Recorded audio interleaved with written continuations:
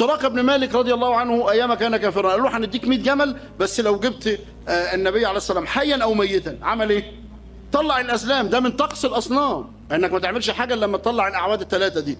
واحد مكتوب عليه افعل والتاني لا تفعل والتالت فاضي، تعيد المحاولة تاني. يقوم عاملهم كده ويقوم مطلع واحد من غير ما يشوف. طلع افعل يفعل الأمر، طلع لا تفعل لا يفعل الأمر، طلع اللي في النص يقوم يعيد المحاولة تاني. أول ما بيقول قاربت النبي صلى الله عليه وسلم وأبا بكر حتى صار في مرمى سهمي، لو ضربت سهم أجيب. هنا راح مطلع بقى، قال لك بقى تدين، راح مطلع الايه؟ الأزلام، وراح ضارب الأزلام. قال فخرج الذي كرهت. خرج ايه الذي كرهت؟ لا تفعل. راح ضاربها تاني فخرج الذي كرهت. عمل ايه؟ عظم الأصنام؟ لا أبدا، راح رامي. قال فألقيت الأزلام وتبعتهما.